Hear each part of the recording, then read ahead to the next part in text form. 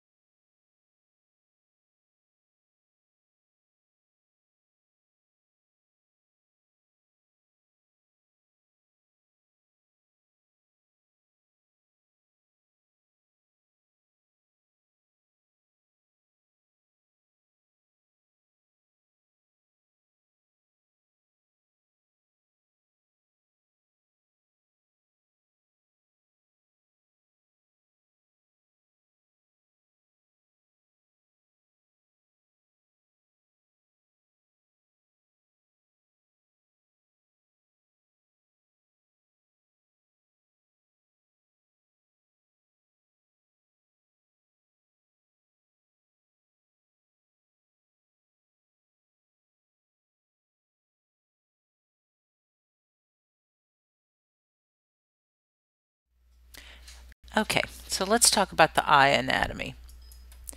The A is the ciliary muscle, and this area right here is B. It's the ciliary body.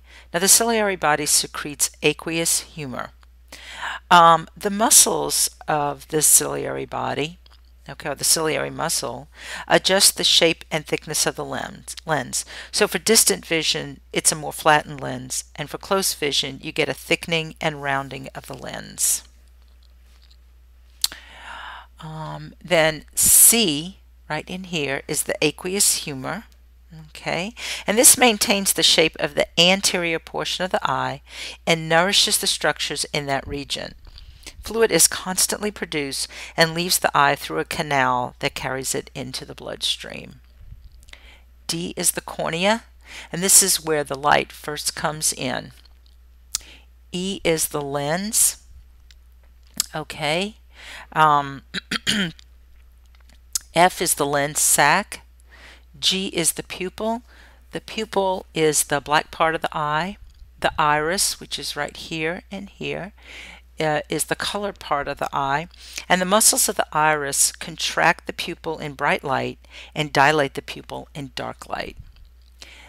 The canals of Schlemm, which are right here, and this is the when we talk about glaucoma, we're going to talk about open and closed angle. This is the angle that they're talking about. Okay.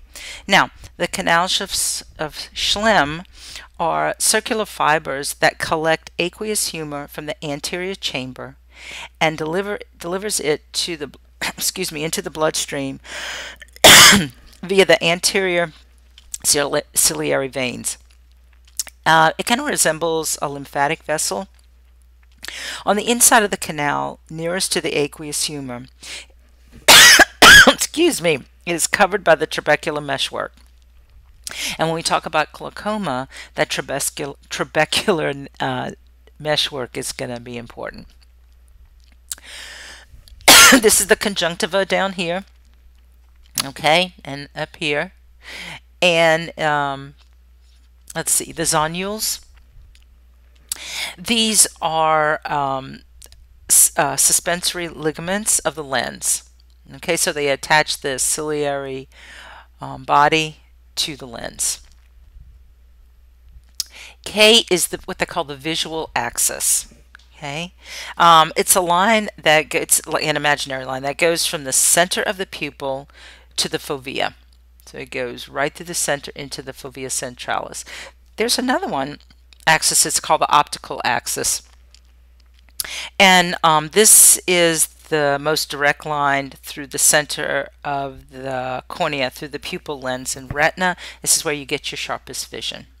Okay, so this sac right here is the vitreous humor, and it's a soft jelly-like material, and it maintains the shape of the eyeball. Okay, and the vitreous humor stays what it is. It's not constantly reformed and reproduced. Okay, the sclera is the white part.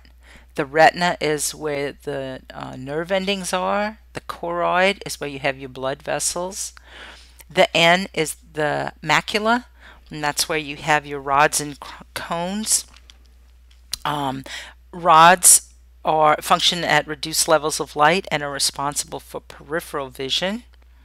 And cones function in bright levels of light and are responsible for color and central vision.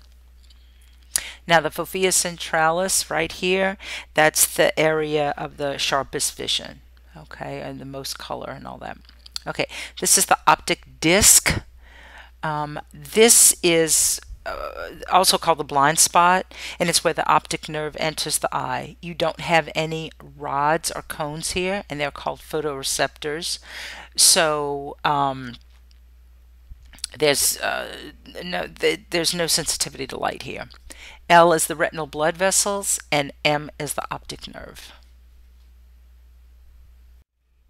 Now we're going to talk about glaucoma.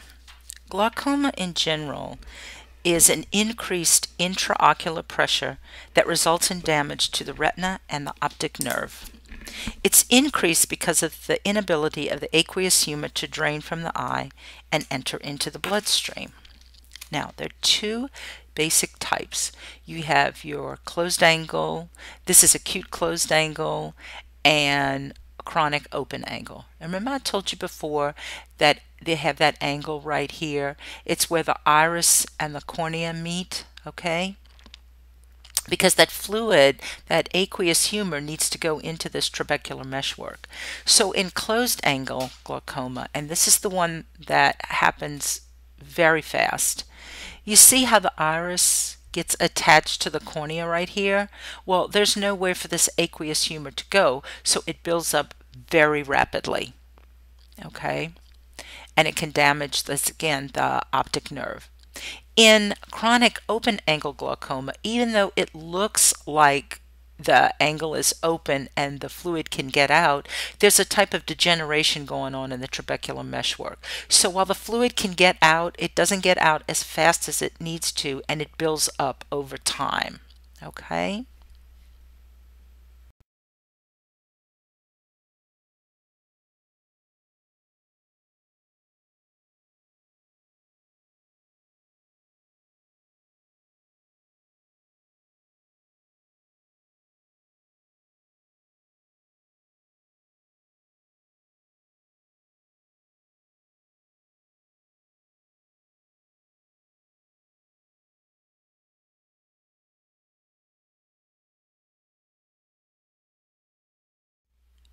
So this is just another view, but this is what a person with glaucoma sees. So you see they've lost their peripheral vision, so they only have central vision.